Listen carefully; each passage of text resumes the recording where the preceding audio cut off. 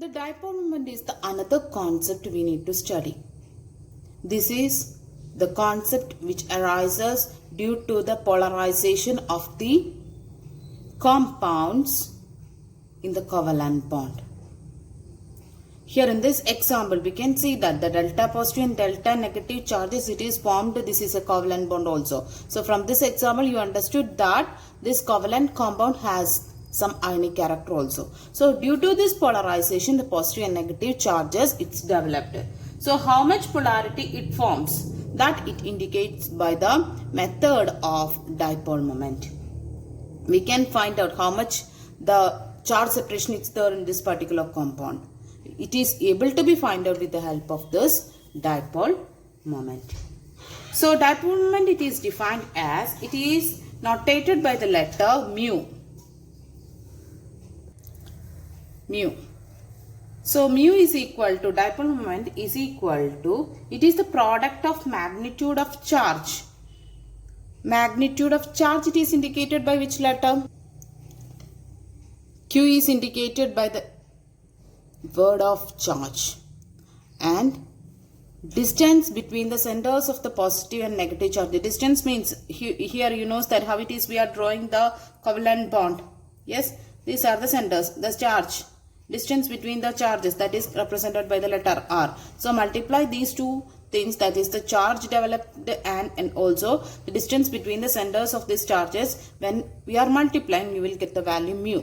Mu is the dipole moment. The mu comes from the Greek word, and the dipole moment's unit, it is represented by the letter D, because this unit it comes because of the fact that the dipole moment, it is derived by one of the scientists. His name is Peter Debye.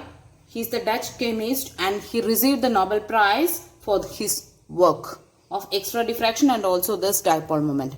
So that's why for the remembrance of him, the unit Debye for this dipole moment. Okay.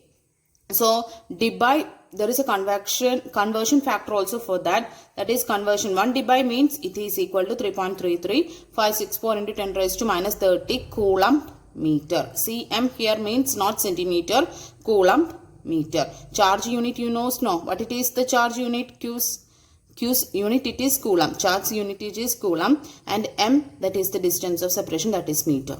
Okay, that's why it comes cm. Clear now? Then we can say about mu, it is a vector quantity. What it is the vector quantity? You studied that, scalar and vector.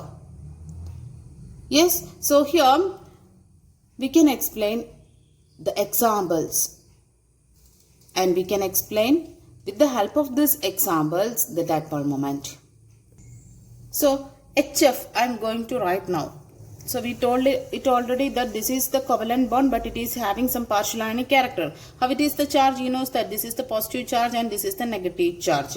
So how can we represent the dipole moment here? We can say that dipole moment, it is represented with like this, the small arrow with the tail on the positive center. Tail means this one, the tail on positive center. Here what is the positive center? This is H. So this tail want to be come to this positive center, and the head on the negative center. And we can represent like this when it is HF.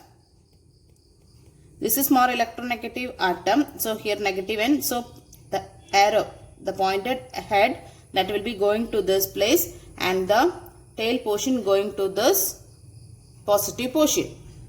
And we said about that the fluorine has a tendency to attract the electrons from this hydrogen to fluorine. So that's why the electron density shift, that means that electron density shift, it is represented by the crossed arrow. So here we have to be cross it. Why? Understood? No. This one having the tendency to, the fluorine, it is having the tendency to receive the electron from this hydrogen. So the shift of electrons from this hydrogen to fluorine.